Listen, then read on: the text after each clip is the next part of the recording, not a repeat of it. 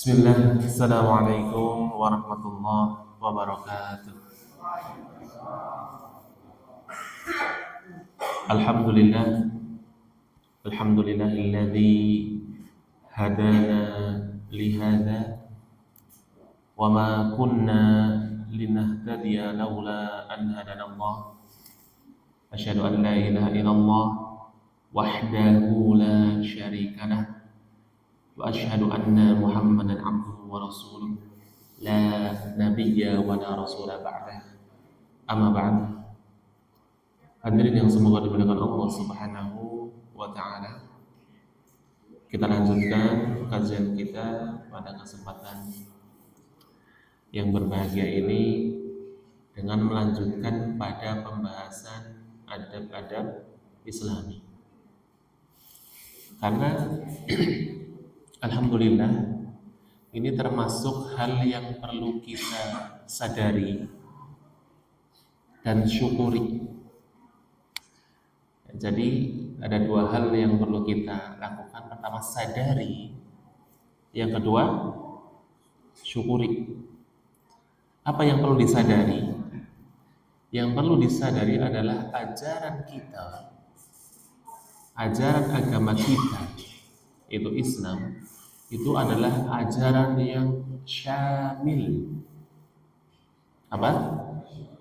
Syamil. Apa itu syamil? Menyeluruh. Jadi ajaran agama kita, agama Islam ini menyeluruh dari A sampai Z. Dan ini sudah Allah Subhanahu wa taala tekankan. Sudah Allah Subhanahu wa taala tekankan dalam firman-Nya, al-yauma akmaltu lakum dinakum wa atmamtu alaikum ni'mati wa raditu lakumul islama dina. Hari ini kata Allah Subhanahu wa taala, telah aku sempurnakan untuk kalian agama kalian. Apa itu? Islam. Akmal, itu aku sempurnakan. Apa maksud sempurna? Komplit. Komplit. Apa maksud komplit? Hah? Iya, komplit sempurna. Apa tadi? Tidak bersama-sama, tidak usah ditambah-tambah dan tidak dikurangi. Yang namanya sesuatu yang sempurna atau bahasa bulenya itu perfect, itu tidak perlu ditambah, tidak perlu dikurangi. Kenapa?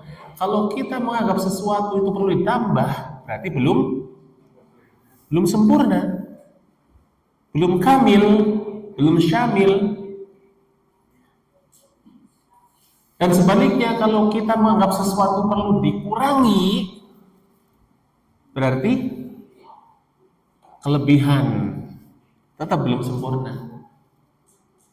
Oleh karena itu, ada salah sahabat, kalau tidak salah Abdullah bin Mas'ud radhiyallahu taala anhu menasihatkan, ittabi'u dalam masalah agama,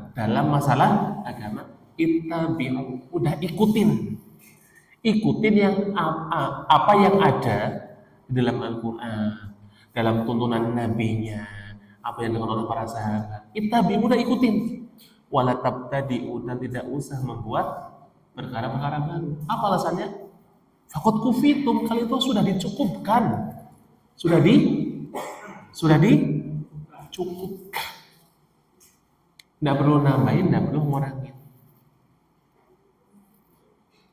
Ya, ini agama Islam. Jadi balik lagi tadi, kita perlu mensyukur, menyadari bahwa agama Islam itu kamil, syamil, sempurna dan menyeluruh. Maksudnya apa? Semuanya itu ada. Dari yang paling penting sampai yang kecil, ya semuanya penting ya. Bukan berarti yang kecil ini nggak penting. Itu semuanya ada. dari masalah hubungan kita dengan Allah Subhanahu wa taala atau hubungan kita kepada sesama ataupun makhluk-makhluk yang lain. Itu semua ada. Dari mulai melek mata sampai merem lagi itu semuanya ada. Tinggal kita mau belajar atau tidak. Pertama, terus kedua, setelah belajar atau mau mengamalkan atau tidak. Ini yang perlu kita sadari. Ya, semuanya itu sudah ada. Semuanya itu sudah ada. Yang kedua, setelah kita menyadari, mensyukuri. Mensyukur, alhamdulillah, aku dapat agama yang tuntunannya lengkap. Lengkap. Alhamdulillah. Kita syukur. Kita akui dengan hati kita bahwasanya nikmat dari Allah Subhanahu wa taala, kita lahir dalam keadaan Islam, ya. Kita lahir dalam memeluk agama Islam. Ini agama yang sempurna, yang menghapus seluruh agama samawi sebelumnya. Sehingga agama-agama samawi berikutnya sudah tidak berlaku. Kemudian kita ucapkan alhamdulillah. Berikutnya kita praktekkan syukur tersebut dengan mengamalkan ajaran-ajaran tersebut. Dan itu juga perlu kita evaluasi setiap harinya. Kapan paling enak evaluasinya? Kalau mau tidur tuh, ya kan sendirian ya, gelap ya. Kalau tidur lampunya dinyalain apa dimatiin? Kalau bisa jangan dinyalain ya, dimatiin. Nah, kita kan nggak langsung tidur ya, biasanya kan mikir dulu. Nah, itulah untuk muhasabah. Aku tadi bangun pagi, melek mata, udah mengucap syukur belum? Masih diberi kesempatan untuk membuka mata lagi, masih diberi kesempatan untuk bernafas, sudah bersyukur belum? Dengan ucapan alhamdulillahilladzi ahyana ba'dama amatana wa ilaihin nusyur. Udah. Tadi pagi udah diucapin belum? Besok kalau bangun mau diucapin enggak? Insyaallah. Udah hafal kan? Dipraktekkan. Kemudian biasanya kalau bangun udah membuka mata, ngapain habis itu? Ya itu kan udah, habis itu ngapain? Pertama hilangkan dulu sisa-sisa tidur. Ya, iya benar kayak gitu. Hilangkan dulu sisa-sisa tidur, terus ngapain? Ke kamar mandi, iya kan? Apa ada yang langsung makan? Paling minum air gitu kan. Nah, minum air juga dipraktekkan adab-adabnya, caranya ke kamar mandi dipraktekkan. Kamar mandi, apa yang didahulukan kakinya? Kanan apa kiri?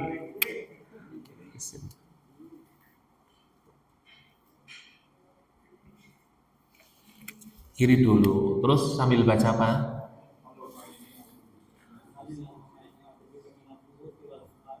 Nah itu udah dipraktekkan belum tadi?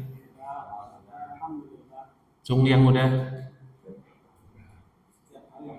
Alhamdulillah. Yang belum, maka ini kita perlu menyadari dan mensyukuri.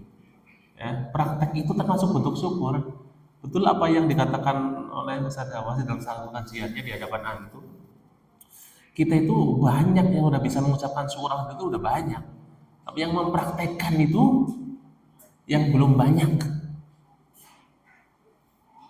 Ya kalau kita diingatkan kita alhamdulillah ya bisa gampang sekali alhamdulillah. Tapi berikutnya bahasa kerennya follow up-nya ada nggak, itu benar-benar dipraktekkan atau tidak. Jadi perlu dipraktekkan. Ya. Banyak waktu kita makan, ya. Banyak waktu kita makan, alhamdulillah. Setelah selesai, alhamdulillah. Sebenarnya makan juga nya itu ada adabnya juga loh. Nanti insya Allah akan kita ketemu. Ya. Jadi itu tadi balik lagi kita perlu menyadari dan mensyukuri akan kamil dan syamilnya ajaran kita dan mensyukurinya dalam 3 bentuk: mengakui dengan hati kita itu dari Allah Subhanahu Wa Taala, mengucapkan dengan lisan kita, dan mengamalkan ajaran-ajaran tersebut pada kehidupan hari-hari kita. Ya, Masya Allah loh, dan kita semuanya ada, tinggal kita mau belajar apa enggak. Ada banyak, masih banyak yang belum kita ketahui. Cari tahu, harus amalkan. Cari tahu, terus kerjakan. Nah, di antara yang penting di dalam ajaran agama Islam yang sempurna ini adalah masalah adab. Masalah adab. Karena apa?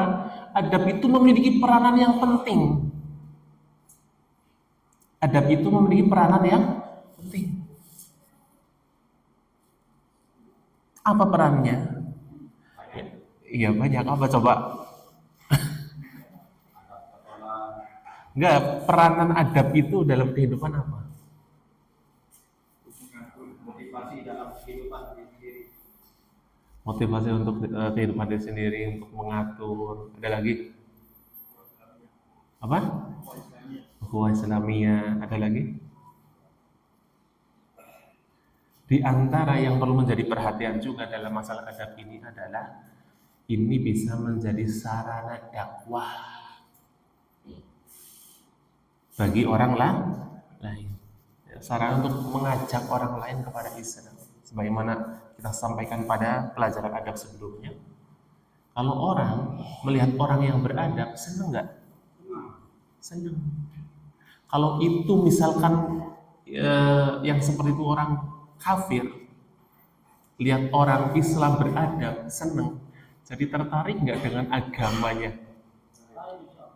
Tertarik. Dan kalau dengan wasilah itu dia menjadi memeluk agama Islam, wah itu nikmat yang luar biasa sekali. Nikmat yang luar biasa sekali, Allah menjadikan orang mendapatkan hidayah melalui perantara kita. Kata Nabi kita Muhammad SAW, wa ahdiyakallahu rajulan wahidan khairun laka min humrin na'am. Kalau seandainya Allah memberikan hidayah kepada seseorang melalui perantara kamu, jadi waktu itu Nabi lagi bilang kepada Ali bin Abi Thalib waktu mau penaklukan benteng Khaybar, kalau seandainya Allah memberikan hidayah kepada seseorang, satu orang, Allah berikan hidayah Islam kepada seseorang, tadinya kafir dari masuk Islam, bika melalui perantara dirimu, dengan perantara dirimu, khairun laka min humrin na'am, itu lebih baik bagimu daripada kamu memiliki apa? Onta merah. Hah? Kalau sekarang bukan onta merah, kuda merah ya. Apa kuda merah? Iya, iya seperti itulah. Intinya itu sesuatu yang begitu besar. Kalau itu orang kafir, kalau sesama muslim yang mungkin Islamnya hanya Islam-Islaman, hanya di KTP saja, kemudian dia lihat seseorang, kok adabnya bagus banget, kira-kira tertarik nggak untuk ikut mempelajari agama secara benar? Tertarik nggak? Tertarik. Ini dampaknya. Dan sebaliknya, kalau ada orang kafir lihat orang muslim kok adabnya nggak baik gitu, malah jadi apa? Jadi jelek kan, image-nya malah menjauh, bukannya tertarik malah menjauh. Bahkan lebih parah dari itu, muslim yang adabnya nggak bagus itu menjadi bahan framing. Apa framing? Penggiringan opini. Ngapain kayak Islam nggak bagus lah, isinya orang-orang yang pada bertengkar, sikut-sikutan, orang yang emosian. Iya. Itu kan malah menjadi framing, penggiran opini bahwa agama Islam agama yang enggak bagus. Padahal bukan Islamnya yang salah, orangnya. Bentuknya dalam salah satunya adabnya itu. Jadi ini diantara peran penting adab Islam. Jadi ini bukan hal yang sepele, Pak. Ini bukan pelajaran anak TK, bukan. Untuk semuanya. Oh, belajar adab, oh itu mah adab pelajaran anak TK, anak SD. Untuk semuanya. Karena kalau mau jujur, coba lihat pada diri kita. Udah atau belum kita menerapkan adab-adab Islam itu? Mulai dari salam kemarin tuh, kita sudah praktekkan secara betul-betul belum adab-adab terkait salam. Ketika kita ketemu orang, kita mulai dulu salam dengan bentuk salam yang paling sempurna. Kemudian ketika kita diucapkan salam, menjawab atau tidak, itu perlu kita lihat lagi pada diri kita, karena dampaknya itu tadi. Nah, sekarang kita akan lanjut pada adab berikutnya, yaitu adab yang ke dua, insya Allah. Kan kita baru mulai yang pertama, adab salam ya, iya kan? Nah, sekarang kita lanjut adab yang kedua.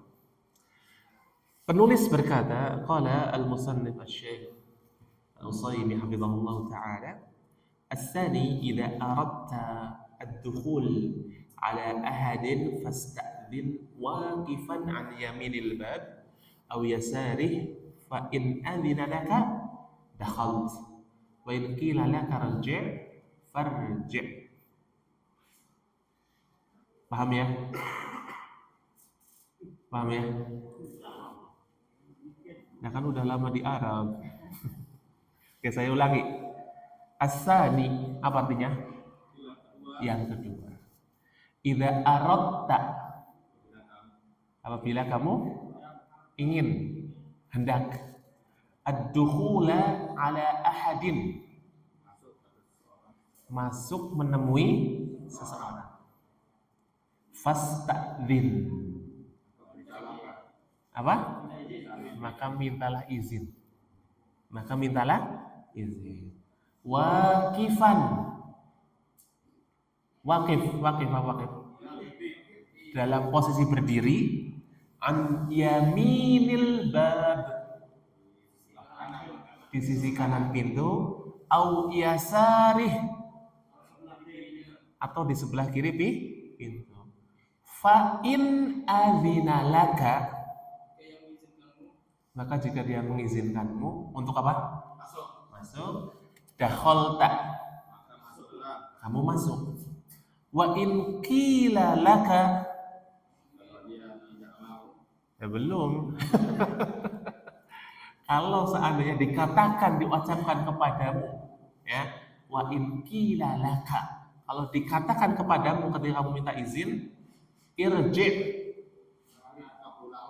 balik, farji. Masya Allah, barakallahu fikum. Udah pada jago-jago ya, nggak sia-sia lah, udah lama di Arab ya. Tinggal ditingkatkan lagi. Masya Allah, udah luar biasa itu, udah luar biasa, barakallahu fikum.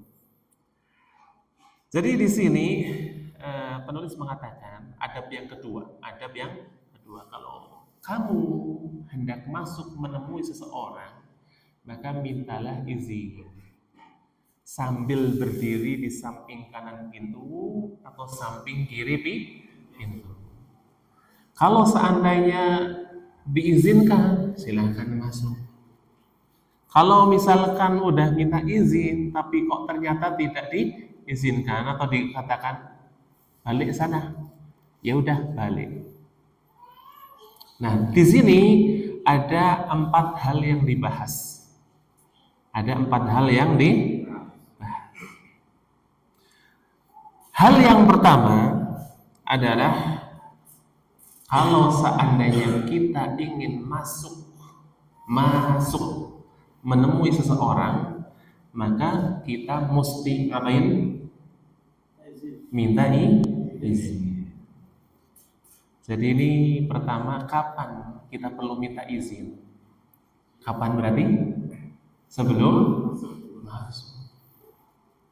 Bukan masuk dulu baru minta izin. Ada yang kayak gitu? Siapa? Gak, kita pernah gak kayak gitu? Pernah gak? Pernah. Aduh, tetap nanti akan dibahas meskipun ada perlu, tetap. Ya. Jadi di sini dijelaskan mahalnya kapan kita minta izin dulu sebelum masuk. Jadi barang siapa yang ingin masuk menemui seseorang, maka minta izin dulu.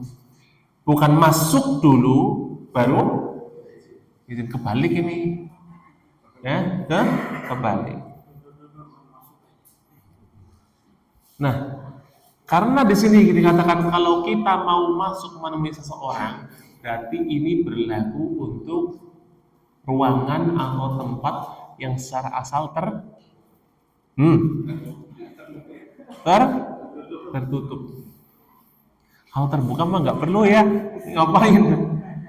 Jadi karena di sini dikatakan kalau kita mau masuk menemui seseorang maka minta izin dulu, maka ini berlaku untuk tempat-tempat yang secara umum itu tertutup. Contohnya apa? Rumah. Terus apa lagi? Kamar. Kalau misalkan kita tinggal di syukoh bareng ya, dan syukohnya itu sharing, ini kamarnya fulan, ini kamarnya fulan. Maka ini satu untuk minta izin itu bukan di rumah, tapi apa? Syukohnya, kamarnya ya. Kamarnya. Terus apa lagi? Apa? Kantor, ahsan. Kantor. Baik itu kantor yang tertutup atau kantor yang terbuka, tapi memang biasanya kantor yang terbuka itu kalau kita masuk ya memang harus izin dulu meskipun terbuka itu. Iya. Jadi di tempat-tempat yang seperti ini kalau kita mau masuk jangan asal selonong, jangan asal masuk. Izin dulu. Kenapa? Ada apa?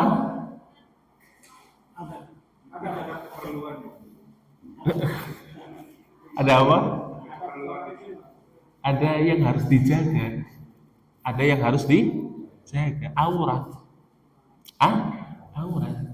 Jadi inilah di antara sempurnanya Islam itu banyak orang ngomong privasi. Islam sudah ngajarin dulu tentang privasi. Islam sudah ngajarin dulu tentang privasi. Kalau mau masuk izin dulu. Ya, izin dulu. Karena ini tujuannya untuk jaga privasi, maka dalam meminta izin juga perlu melakukan hal yang benar-benar jujur dalam menjaga privasi. Dengan cara apa? Ketika minta izin, ketok pintu sambil ucapin salam, assalamualaikum, dengan cara berdiri di sebelah kanan pintu atau kiri pintu. Kenapa? Itu tadi tujuannya untuk jaga privasi. Kalau misalnya kita sudah izin tapi duduknya di depan pintu, ketika pintu dibuka, lalu kita langsung melihat dalamnya, ya maka tujuan menjaga privasi tidak terpenuhi. Makanya perlu berdiri sebelah kanan atau berdiri sebelah kiri. Ini baru benar tujuannya menjaga privasi. Kan kita nggak langsung lihat dalam. Karena kalau kita mau masuk ke ruangan atau rumah seseorang, bisa jadi orang itu belum siap. Termasuk kalau misalnya kita minta izin nih, jangan buru-buru, ditunggu dulu gitu. Nanti akan kita katakan berapa kali sih minta izin itu. Jadi jangan buru-buru, jangan. No.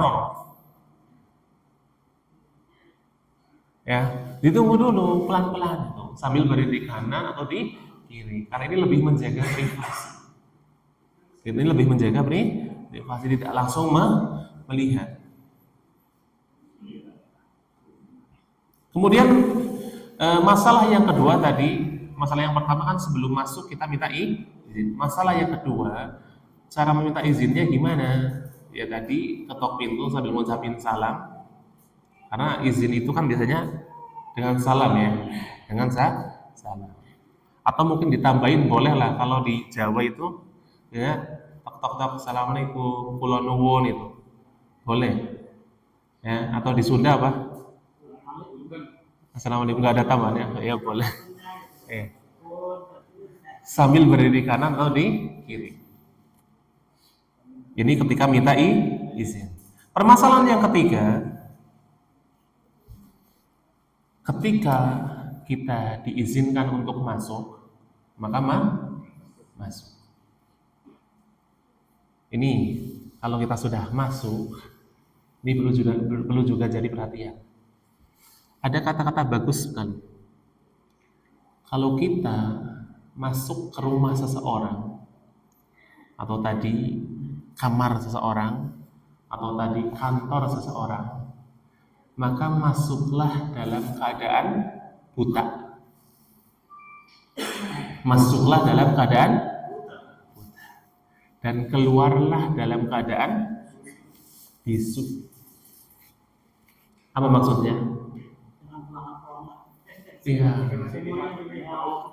Jadi kalau kita masuk ke rumah seseorang, jangan menyapu pandangan dari sudut ke sudut.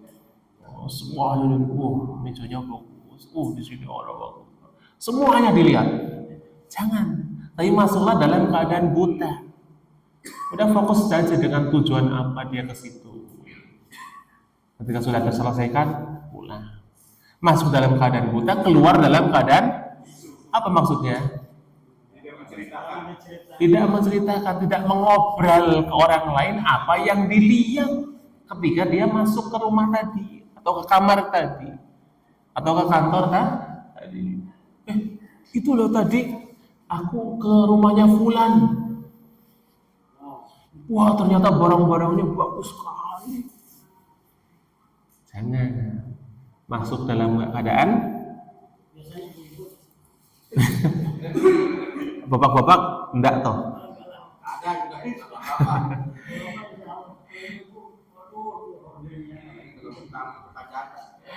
Kalau kayak gini sebenarnya nggak khusus untuk ibu-ibu, laki-laki saya yakin pun seperti itulah. Ya, jadi itu untuk perhatian untuk semuanya, bukan khusus untuk ibu-ibu. Ini yang ketiga. Kalau kita diizinkan masuk.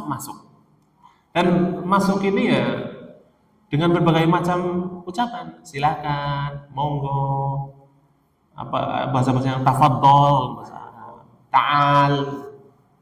Intinya itu menandakan diizinkan.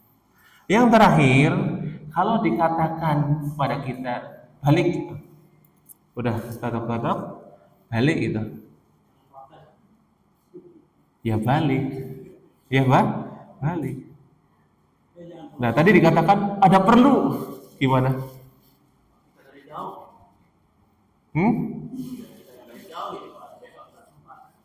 Iya, gimana?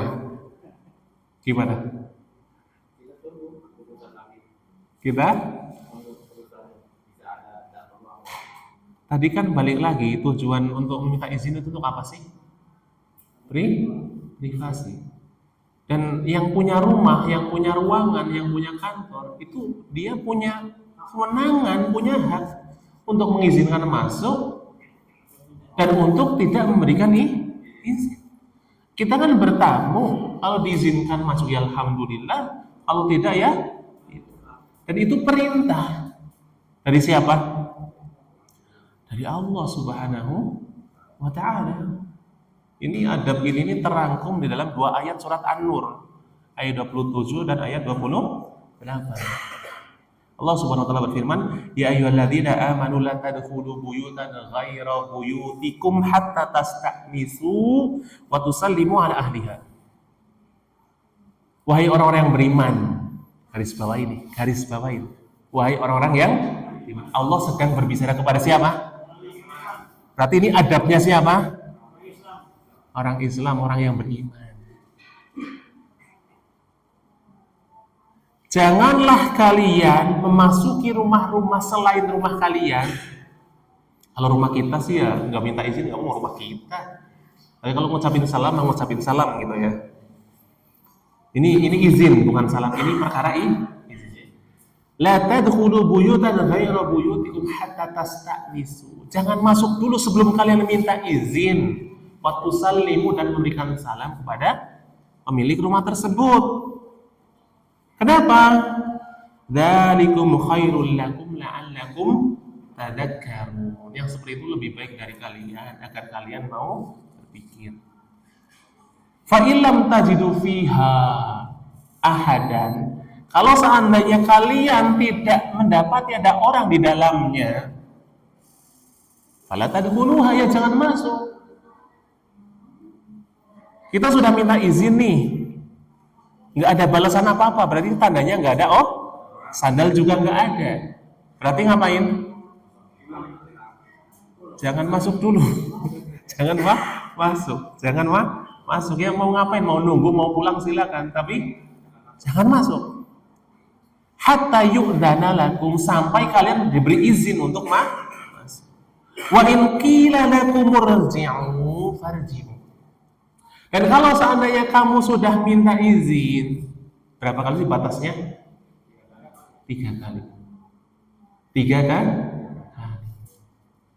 Makanya tadi dikatakan dalam meminta izin, mengetuk pintu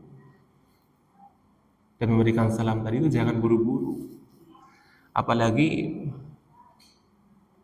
nggak ada yang jadi tukang paket ya, nggak ada ya. Maksudnya kita kan belum tahu orang yang di dalam itu lagi ngapain nih. Kadang-kadang orang dengar, cuman kan pengen keluar untuk jawab butuh waktu kan. Apalagi misalkan kalau itu emak-emak ya, kan perlu berhijab dulu itu, menjaga, menutup auratnya, baru buka pintu. Tadi itu butuh persiapan kan, nggak secara langsung. Terutama kang paket yang sering mengetuk pintu kan kang paket ya. Bagaimana kalau aparat Ustaz? Hah? Kalau aparat mau bertugas, polisi, aparat. Oh itu lain, itu lain. La wa in qila lakum irji'u, kalau kalian mendapatkan jawaban tapi jawabannya balik aja. Farji'u, ya udah balik. Nah, ini perintah Allah. Perintah Allah. Kenapa? Huwa azka lakum, yang seperti itu lebih suci. Wallahu bima ta'maluna alim. Allah itu lebih tahu dengan apa yang kalian lakukan. Wah, ada perlu kok suruh balik. Ya udah balik. Allah tahu kamu ada perlu itu, Allah tahu. Tapi Allah tetap bilang kalau dikatakan balik, balik. Meskipun ada perlu. Perlu. Karena itu hak yang punya rumah, hak yang punya kantor, bukan hak kita. Kita hanya meminta izin, kalau diizinkan alhamdulillah, kalau tidak ya balik. Hanya saja kan kalau misalkan kita tidak diizinkan masuk, kan di sini biasanya ada 2 keadaan ya.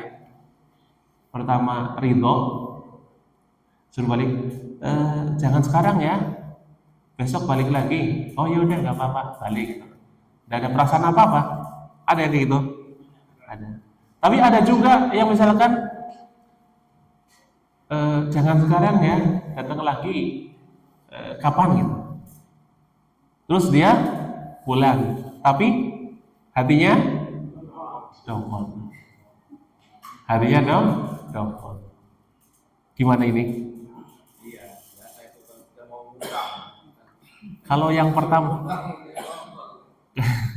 Kalau yang pertama tadi itu sudah sesuai, biasa aja ya, lega, ridho. Yang kedua ini yang perlu diluruskan.